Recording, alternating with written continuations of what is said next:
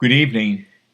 My name is Elias Scultori. I am the music director here at Christ the King, and together with Maggie Henson, music director at St. Patrick Church in Chatham, and all the choirs and musicians, we want to welcome you to our parish. We are very glad you were able to join us tonight. We are just about to start our concert, but before we start, I thought I would share with you a few thoughts that have been coming to me during the whole preparation for this evening.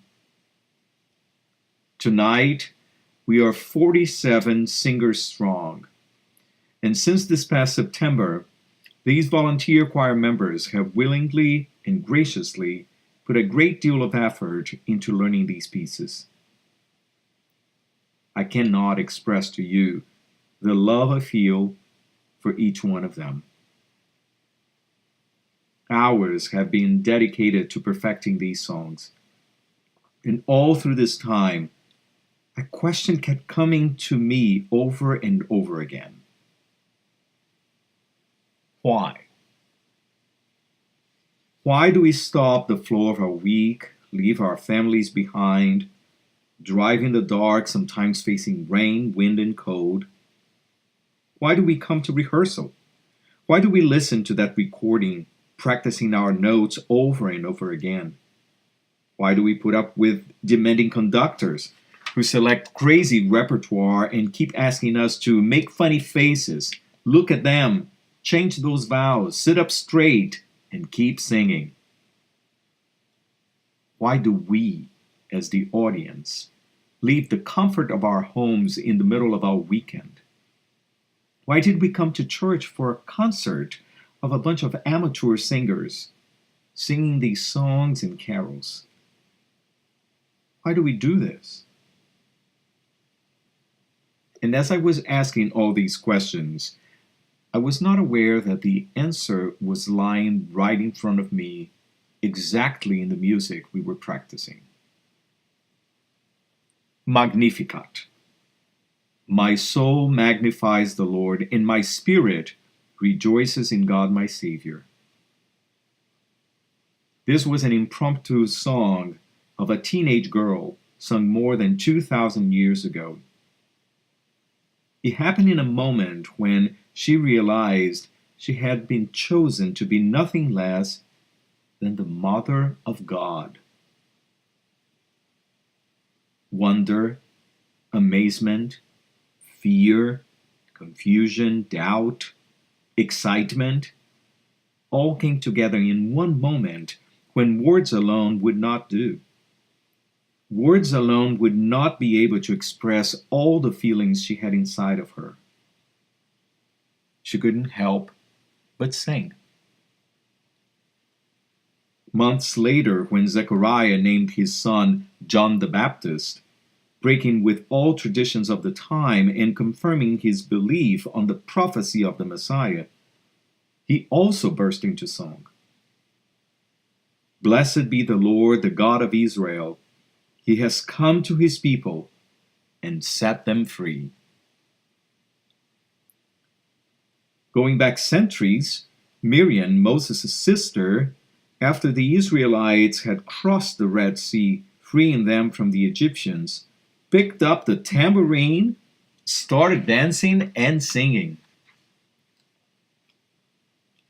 But it is not only in times of joy. By the waters of Babylon, there we sat down and wept when we remembered Zion, says Psalm 137. The Israelites in captivity, mourning their state of slavery, also used music to articulate the grief that resided inside of them. The longest, central book of the Bible, the Psalms, is nothing less than a hymnal. And not only in scriptures, but all through our human history, in every culture, in every civilization, music has accompanied us through the ages, proving to be a God-given tool for us to express ourselves in ways words alone could not do. Perhaps our culture today may have trivialized music to a simple state of entertainment and deceivingly made us all firmly believe how incapable we are ourselves to utilize this innate, God given gift we all have. Perhaps music simply became something that happens only when we press a button, while an overproduced celebrity claims its sole ownership.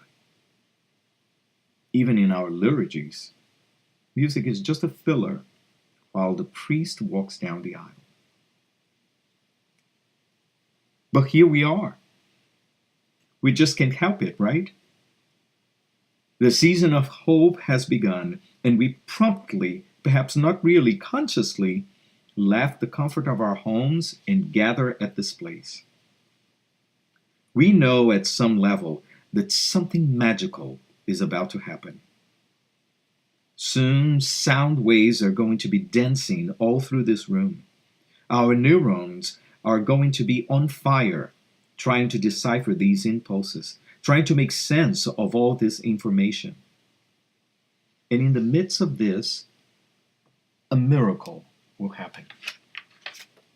Our souls will be touched, our hearts elated, and through this, we will be able to remember, reconnect, reunite ourselves with the message of hope that teenage girl 2,000 years ago shouted out to the world. We may be in fear, loneliness, depression, but tonight, even if we decide to sit silently in the pews, just observing, we too have the opportunity to connect with our deepest feelings, acknowledge them, perhaps even heal them, recharging ourselves, renewing and replenishing our faith and hope. Christ is born. Salvation is here. This is not only a story told centuries ago. This is a truth that can be alive today, even in the ordinary moments of our lives. Let us burst into song. Let us sing these carols. Let us magnify the Lord, for he has looked with favor upon us.